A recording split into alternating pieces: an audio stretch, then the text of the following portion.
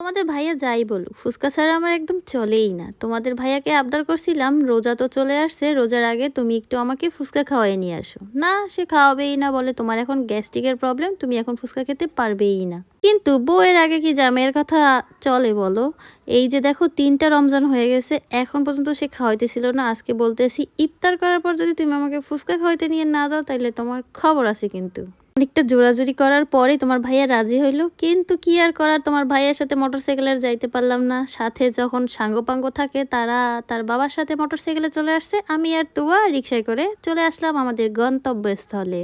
অনেক দিন পর্যন্ত ইচ্ছা করতেছিল একদম ঝাল ঝাল টক টক একটু ফুচকা খাবো, একদম নাক থেকে চোখ থেকে মুখ থেকে পানি পড়ে যাবে, তারপরও খাইতে হইবে। এই বোম্বাই মরিচগুলো দেখে মনে হইতেছিল সবগুলো একদম কামড় দিয়ে খেয়ে ফেলতে পারবো, মানে এত বেশি ঝাল খাওয়ার ক্রেভিং হচ্ছিল। এই যে দেখেন আমার সাঙ্গ এরাও আসছে আমার সাথে, একদম বাসার ড্রেসেই।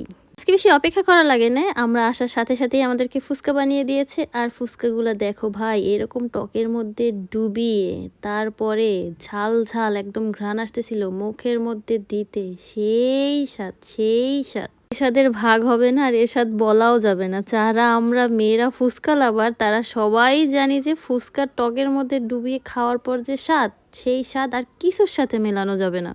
খাইতে তো আসি, রাতে যদি বুকে ব্যথা করে তারপর যে তোমার ভাইয়া কি বলবে। আমার জন্য দোয়া কইরো, আর তোমাদের যার যার লোভ লাগছে তারা জলদি গিয়ে খাইয়ে আসো, কালকে তো আবার রোজা। আজকে এই পর্যন্ত।